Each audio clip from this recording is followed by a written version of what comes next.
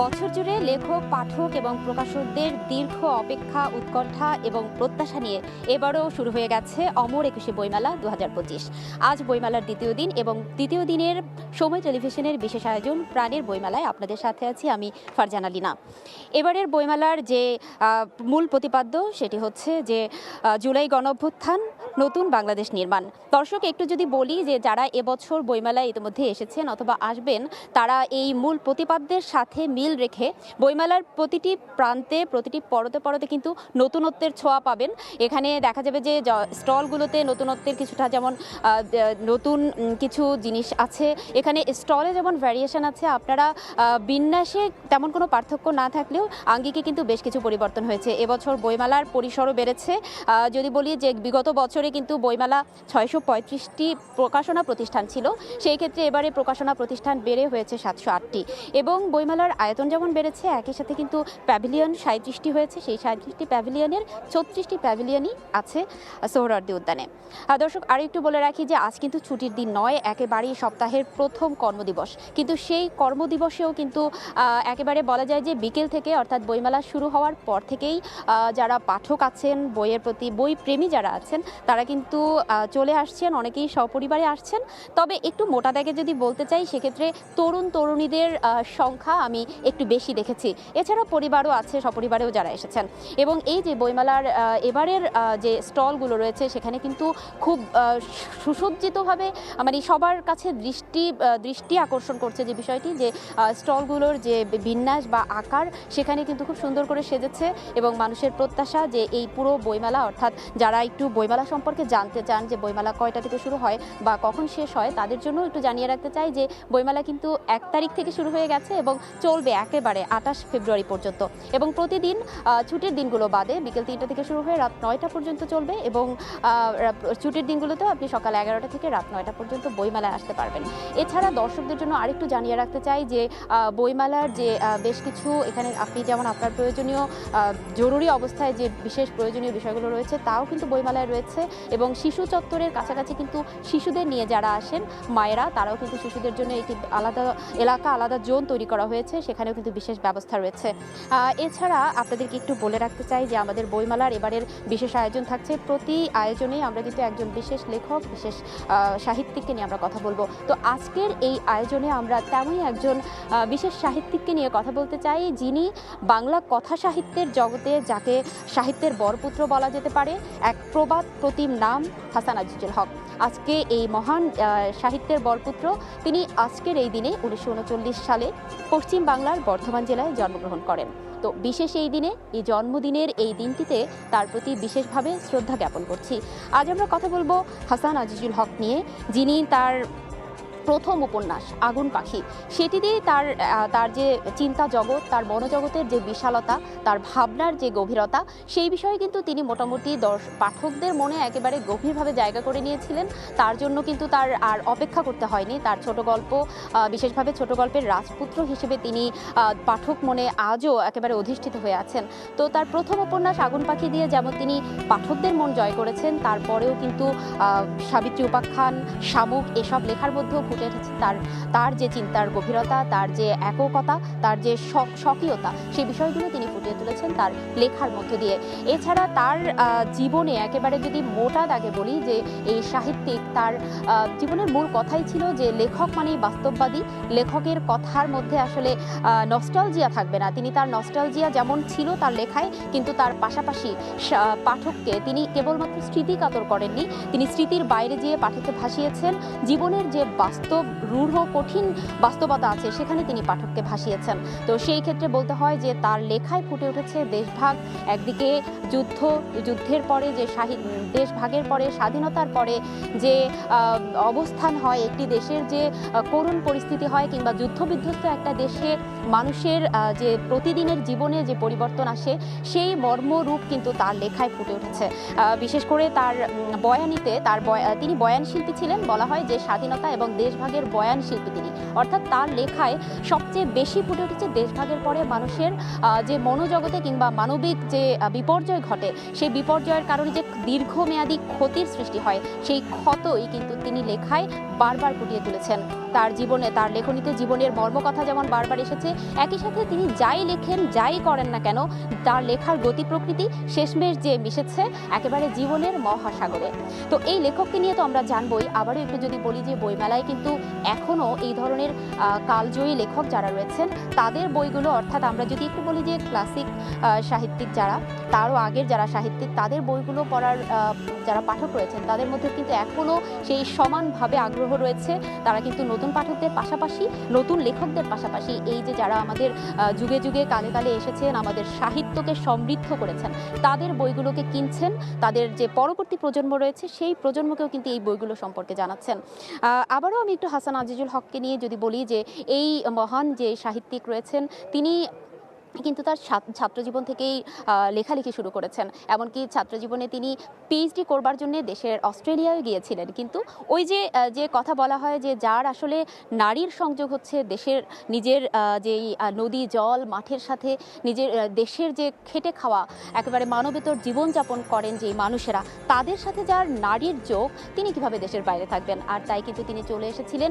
তারপরও তিনি তার যে লেখনী সত্তা, তার যে লেখক সত্তা, সেই সত্তাকে তিনি কিন্তু ছড়িয়ে দিয়েছিলেন দীর্ঘ শিক্ষক কিংবা অধ্যাপনা জীবনে। তিনি রাজশাহী বিশ্ববিদ্যালয়ে 31 বছর অধ্যাপনা করেছেন এবং এই অধ্যাপনা জীবনে কিন্তু তিনি অসংখ্য শিক্ষার্থী তৈরি করেছেন এবং লেখায় উদ্বুদ্ধ করেছেন। তো এই যে লেখককে নিয়ে আসলে বললে শেষ হবে না। তার যে লেখনী সত্তা বা তার স্বকীয়তা, সে বিষয়ে আমরা আরও জানবো এবং সেই বিষয়ে জানার জন্য আমরা এখন চলে যাব আমাদের সহকর্মী নেওয়াজ শুভর কাছে। হাসান আজিজুল হক, যাকে নিয়ে আজকে আমরা কথা বলবো, আজকে এই মানুষটির জন্মদিন।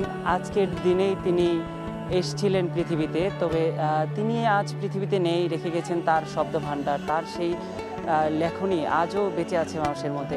হাসান আজিজুল হককে নিয়ে যদি বলতে হয়, তিনি ছিলেন একদম পুরোপুরি আড্ডাপ্রবণ একজন মানুষ। তার কাছের যে মানুষটা ছিল তারা আসলে তাকে বলতো যে আড্ডাই হচ্ছে তার খোরাক। এই আড্ডাপ্রবণ মানুষটি যখন তার কাছের মানুষদের সঙ্গে মিশতেন, তখন তার প্রত্যেককেই তিনি এত বেশি ভালোবাসতেন যে আসলে তার চলে যাওয়ার পর কিন্তু সেটা আসলে আমরা বুঝতে পেরেছি। তার সম্পর্কে একটি গল্প আমি বলতে চাই যে তিনি ছোটবেলায়, অর্থাৎ দেশভাগের আগে তার যেখানে জন্ম, তিনি ছোটবেলা থেকেই কিন্তু বাড়ি থেকে বাইরে বেরিয়ে যেতেন এবং তার রাখালদের সঙ্গে তার বেশ ভালো বন্ধুত্ব ছিল। তিনি সেখানে তাদের সঙ্গে মাঠে সময় কাটাতে আসলে পছন্দ করতেন।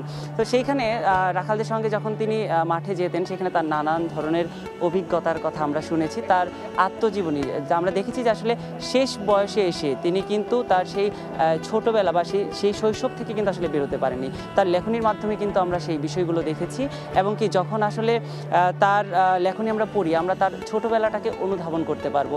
আরেকটা বিষয় যে হাসান আজিজুল হককে বলা হয় ভ্রাম্যমান লাইব্রেরির মতো, মানে তার জ্ঞান শক্তি এত বেশি প্রখর ছিল যে যখন কারোর সঙ্গে তার পরিচয় হতো, আসলে তিনি সবাইকে এত নিখুঁতভাবে মনে রাখতেন যে প্রথম পরিচয়ে তার সঙ্গে দেখা হওয়ার পর তার সঙ্গে কি কথা হলো, তার নাম কি, তার বাড়ি কোথায়, সব বিষয়গুলো তিনি একদম ঠোঁটস্থ করে রাখতেন এবং কি যতদিন পরেই সেই মানুষটার সঙ্গে দেখা হোক না কেন, তাকে তিনি সেই নামে সম্বোধন করতে পারতেন। তার স্মরণশক্তি এতটাই প্রখর ছিল এবং কি তার পরবর্তী যে 2-3 প্রজন্ম আছে, সেই 2-3 প্রজন্মের যে লেখক যারা আছে তারা কিন্তু আসলে তার সান্নিধ্য যারা পেয়েছে, সেই লেখকরা প্রত্যেকেই মনে করতেন যে হতে পারে তিনি হাসান আজিজুল হকের খুব কাছের মানুষ এবং কি তিনি সবচেয়ে কাছের মানুষ। অর্থাৎ তিনি প্রত্যেককে এত বেশি অনুপ্রেরণা দিতেন এবং প্রত্যেকের সঙ্গে তার এত বেশি সুসম্পর্ক ছিল, প্রত্যেকেই তার সঙ্গে যেভাবে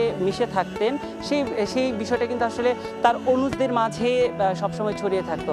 আমরা তার অনুজদের সঙ্গেও কথা বলেছি অনেকের, তারা আসলে বলেছে যে এই মানুষটি কিভাবে তাদেরকে আপন করে রাখতো, কিভাবে তাদেরকে ভালোবাসায় বেঁধে রাখতো। হাসান আজিজুল হক এমন একজন মানুষ ছিল যাকে নিয়ে আসলে অনেক কিছু বলার আছে, তবে তার সম্পর্কে আমরা শুনবো তার একজন অনুজ এবং আমাদের কথা সাহিত্যিক মোজাফফর হোসেনের কাছ থেকে। আমরা আজকে তাকে আমন্ত্রণ জানাচ্ছি হাসান আজিজুল হককে নিয়ে কিছু বলার জন্য।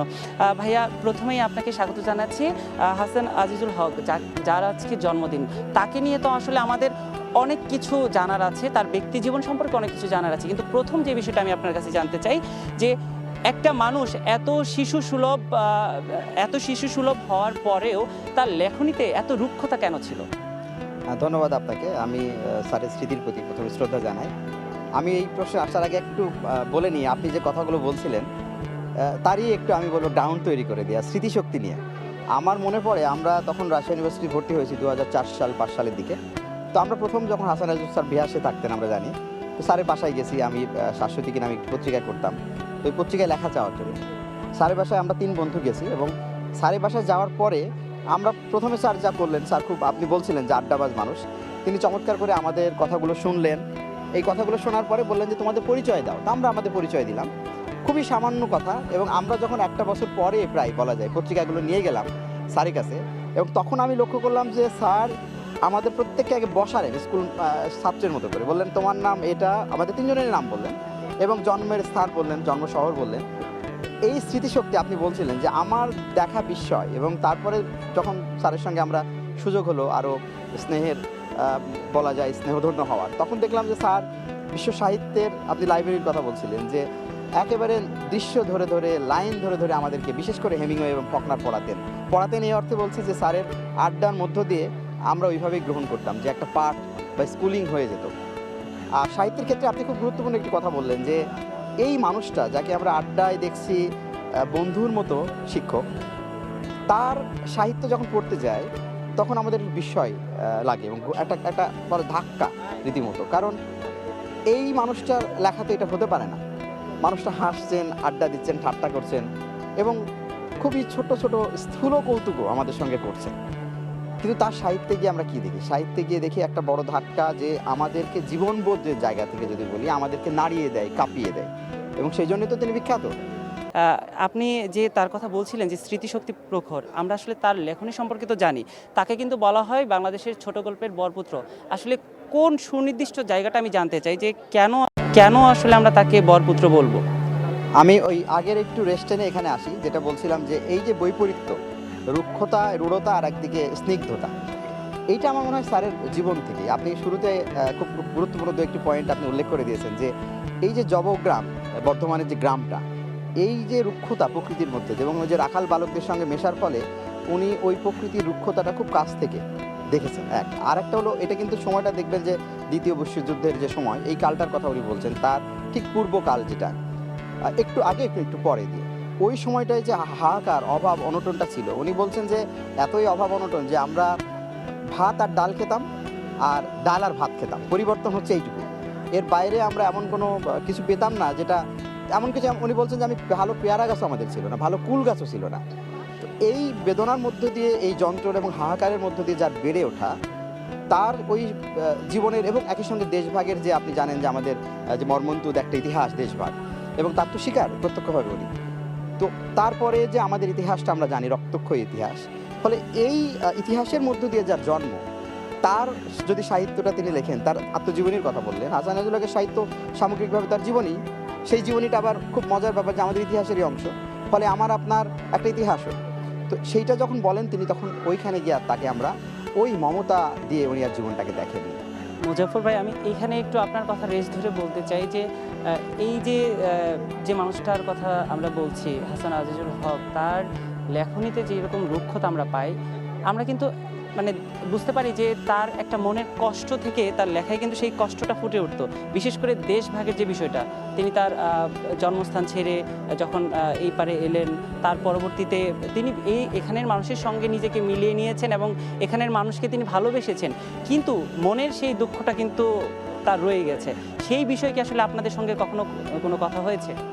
এটা নিয়েই আসলে কথাটা হতো, কারণ আমরা দেখি যার 4টি যে আত্মজীবনীর শেষ খণ্ড, যেটা শেষ দিকে এসে তিনি শৈশবে ফিরে গেলেন। এখন শৈশবে ফিরে গেলেন, বোঝাবেন কী করে আমাদের? তার লেখার মধ্য দিয়ে, তার ফিরে যায় ফিরে আসি, বইয়ের নামগুলো দেখেন, ফিরে যায় ফিরে আসি, এটা কিন্তু স্মৃতিতে যাওয়া না, শুধু আরেকটি ভূখণ্ডেও যাওয়া।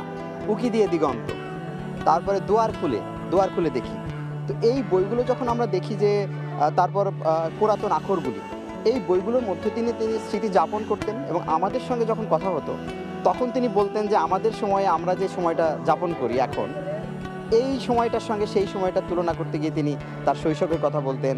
এই যে বললেন যে তার রাখাল জীবন, তার ঘর ছেড়ে বের হয়ে আসা এবং একটা ঘোষণা দেওয়া যে আমি এবার জীবনটাকে দেখব। আচ্ছা ভাইয়া, তাহলে আমি এবার একটু আপনার বইয়ের প্রসঙ্গে জানতে চাই যে গতবার বইয়ের ঈদে আমরা দেখেছি যে বইমেলাতে আপনার যে বইটি এসেছিল মানুষের মাংসের রেস্তোরাঁ, সেইটার নামের জন্য আসলে অনেক বেশি বিখ্যাত হয়েছিল। এবার কি বই আসছে আপনার? এবার আমার একটি উপন্যাস আসবে কল মি লাইকা, আর একটি প্রবন্ধের বই আসবে ব্রাহ্ম সমাজ ইসলাম চর্চা সাহিত্যে সক্রিয়তাবাদ, এই শিরোনামে। আপনাকে অসংখ্য ধন্যবাদ ভাইয়া।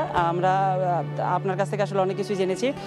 দর্শক, আসলে এতক্ষণ কিন্তু আমরা শুনছিলাম হাসান আজিজুল হকের অনুজের কাছ থেকে যে সেই মানুষটি সম্পর্কে, সেই ব্যক্তি মানুষটি আসলে কেমন ছিলেন, তিনি আসলে কিভাবে জীবনকে উপলব্ধি করতেন, তার চাপিত জীবনটি কেমন ছিল। তো আমি এই মুহূর্তে আমার সহকর্মী আমার সঙ্গে আছেন ফারজানা লিনা, আমি লিনাকে স্বাগত জানাতে চাচ্ছি আমার সঙ্গে। যে এই যে হাসান আজিজুল হক, যার সম্পর্কে আজকে আমাদের আলোচনার বিষয়বস্তু, যাকে নিয়ে আসলে আমাদের কথা বলে আমরা শেষ করতে পারবো না, যার বিষয়ে অনেক কিছু জানানোর আছে আমাদেরকে। আমরা এবার একটু লিনা, আপনার কাছে আমি একটা বিষয় জানাতে চাই, যেটা হচ্ছে হাসান আজিজুল হককে নিয়ে তো আমরা অনেক ইন্টারেস্টিং গল্প শুনলাম তার অনুজের কাছ থেকে। তো এই যে একটা মানুষ যখন তার লেখনী দিয়ে মানুষের মনে জায়গা করে নেয়, স্বভাবতই আমরা কি দেখি যে কবিরা বা লেখকরা তারকা খ্যাতি পায় না, কিন্তু হাসান আজিজুল হক রাজশাহীবাসীর কাছে যেভাবে তারকার মতো হয়েছিলেন, আপনি কি সেই বিষয়টি খেয়াল করেছেন? একদমই খেয়াল করেছি, এবং সবচেয়ে বড় কথা যেটা হচ্ছে যে তিনি একেবারে সাধারণ মানুষের, একেবারে যদি বলি যে মানবেতর জীবনযাপন যারা করেন সেই শ্রেণীর মানুষের কথাই কিন্তু তার লেখায় ফুটে উঠেছে। এবং এটি হচ্ছে যদি বলি তারকা খ্যাতি বা জনপ্রিয়তা বা ভালোবাসার মানুষ যাই বলি না কেন, হাসান আজিজুল হকের সেই জায়গায় পৌঁছে যাওয়ার কারণ একটা বড় পর্যায় বা কারণ বলবে এটা। আরেকটু বিষয় শুভ আপনার সাথে আমি যোগ করতে চাই যে হাসান আজিজুল হকের লেখা পড়লে আমার যেটা মনে হয় যে পড়তে পড়তে কোথাও যেন একটা সাদাত মান্টোর কথা আমার দৃশ্যপটে ভেসে ওঠে। আর এই জায়গাটিতে আমি যদি একটু দুজনের সাথে মেলাতে চাই যে সাদাত মান্টো একটা রূঢ় বাস্তবতা পেরিয়ে এসেছেন, এবং তার যে সেই বাস্তবতা, কঠিন বাস্তবতা, সেটি কিন্তু জীবন পেয়েছে তার সাহিত্যে। এবং এই জায়গায় এই দুজন সাহিত্যিকের একটা একীভূত হয়ে যাওয়ার একটা বিষয় কিন্তু তাদের সাহিত্যে প্রকাশ পেয়েছে আমার মনে হয়। লিনা, এই যে বাস্তবতা, আপনি এখন যে প্রেক্ষাপটে দাঁড়িয়ে আছেন বা এই যে সময়টা, ঠিক সন্ধ্যা নামার মুহূর্তটা, আমরা দেখছি যে বইমেলার প্রতিটি স্টলে কিন্তু লাইট জ্বলছে, মানে অক্ষরের একটা খেলা মনে হচ্ছে না, চোখের সামনে অক্ষরগুলো ভেসে বেড়াচ্ছে। ধীরে ধীরে বর্ণমালাগুলো যেমন প্রাণ পেয়ে উঠছে, অক্ষরগুলো আমাদের মানসপটে বা আমাদের দৃশ্যপটে ভেসে উঠছে। এবং এই সময়টা একটা দারুণ ক্ষণ বলবো, যে একটা মিলন ক্ষণ বা দিন এবং রাতের যে একটা চমৎকার সময়, সেই সময় কিন্তু এখন এই মুহূর্তটা আমারও মনে হচ্ছে ধীরে ধীরে দিনের আলো পেরিয়ে ধীরে ধীরে সন্ধ্যা হয়ে উঠছে। এবং এই যে আয়োজনটা, এর সাথে সাথে কিন্তু মানুষের আনাগোনাটাও আমরা বেশ একটু পরিবর্তন দেখতে পাচ্ছি, যে এখন কিন্তু আনাগোনাটা একটু বাড়ছে বিকেলের তুলনায়। তো এই যে মানে আমাদের প্রত্যেকের জীবনে তো আলো আধারের একটা খেলা থাকে, আমাদের জীবনকে আমরা নতুনভাবে দেখার চেষ্টা করি, আমাদের জীবনে নানা চড়াই উতরে পেরিয়ে আমরা আমাদের সেই কাঙ্ক্ষিত লক্ষ্যে পৌঁছে যাওয়ার চেষ্টা করি। জীবনের খেলায় যখন শব্দযোগ হয়, যখন বাক্য তার পূর্ণতা পায়, তখন কিন্তু আসলে জীবনের পূর্ণতা পেয়ে যায়। এবং এই যে বাক্যের বা শব্দের খেলার কথা বলছিলেন, সেই খেলার যে ছোঁয়া বা খেলার যে প্রকাশটা, সেটা কিন্তু এবারের বইমেলায় আমরা দেখতে পাচ্ছি। আমাদের যে একেবারে সম্প্রতি জুলাই গণ অভ্যুত্থানের কথা বলি, এবারের এবং মূল প্রতিপাদ্য যেটা, যে জুলাই গণ অভ্যুত্থান নতুন বাংলাদেশ নির্মাণ, এবারের বইমেলায় কিন্তু প্রতিটা জায়গাতেই সেই যে নতুন বাংলাদেশ নির্মাণ তার কিছুটা হলেও ছোঁয়া আসছে, এবং জুলাইকে কোনোভাবেই উপেক্ষা করে যাওয়ার কিন্তু কোনো সুযোগ নেই। ঠিক তাই লিনা, আরেকটা বিষয় হচ্ছে যে এই যে বইমেলা শুরু হয়েছে আজ দ্বিতীয় দিন, আমরা কিন্তু আজও দেখছি যে অনেক তরুণ তরুণী বা এই যে জেন জি যারা আছে বা তরুণ প্রজন্ম যারা আছে, তারা বেশ আনন্দের সঙ্গে কিন্তু বইমেলায় আসছে। আমরা ঢোকার সময়ও দেখলাম যে অনেকের মাথায় ফুলের বেল পরে তারপর তারা কিন্তু মানে মেলায় ঘুরছে বন্ধুরা সবাই মিলে, এই দেখতেও কিন্তু ভালো লাগছে, একটা আনন্দ ঘন মুহূর্ত কিন্তু আমরা দেখতে পাচ্ছি। সেটা আমি শুরুতেই সেটি বলছিলাম যে তরুণদের অংশগ্রহণটা যেমন আমরা দেশের রাষ্ট্রীয় প্রয়োজনে যেমন দেখেছি, বইমেলায় কিন্তু তরুণ তরুণীদের আনাগোনাটা আমার চোখে বেশি পড়েছে। নিশ্চয়ই বয়োজ্যেষ্ঠ যারা আছেন বা সপরিবারেও এসেছেন আসবেন, তবে অপেক্ষাকৃতভাবে তরুণ তরুণীরা কিন্তু বেশি আসছেন বইমেলায়। এটা কিন্তু আমাদের একেবারে সার্বিকভাবে যদি বলি একটা খুবই ভালো একটা সম্ভাবনার কথা আমাদের মনে করিয়ে দেয়। ঠিক তাই, এই সম্ভাবনার বিষয় আমরা দেখতে পারবো, সম্ভাবনার বাংলাদেশ, তো সম্ভাবনা থাকবেই। ধন্যবাদ লিনা আপনাকে। আসলে দর্শক, আমরা আপনাদেরকে যে এতক্ষণ জানাচ্ছিলাম হাসান আজিজুল হকের জীবনী এবং কি বইমেলার সার্বিক পরিস্থিতি। বইমেলা শুরুর দিন থেকেই কিন্তু আসলে পাঠকরা আসতে শুরু করেছেন এবং কি আজ দ্বিতীয় দিনেও আমরা দেখতে পাচ্ছি যে পাঠকদের যে সমাবেশ বা পাঠকরা যেভাবে আসলে বইমেলায় স্বতঃস্ফূর্তভাবে অংশগ্রহণ করছেন, আমরা কিন্তু দেখছি যে যত সময় যাচ্ছে পাঠকদের মধ্যে প্রাণবন্ত এটা বেড়ে চলেছে। পাঠকরা প্রাণবন্ত থাকলে বইমেলা প্রাণবন্ত থাকবে এবং কি এই এক মাস বইমেলায় সকলেই স্বতঃস্ফূর্তভাবে আসবে, এমনটাই কিন্তু আসলে প্রত্যাশা করছে। আপনাদের সঙ্গে আমরা বইমেলা থেকে আবারও যুক্ত হব পরবর্তীতে। আমরা প্রতিদিন আপনাদেরকে বইমেলার বিভিন্ন খবরাখবর জানাবো।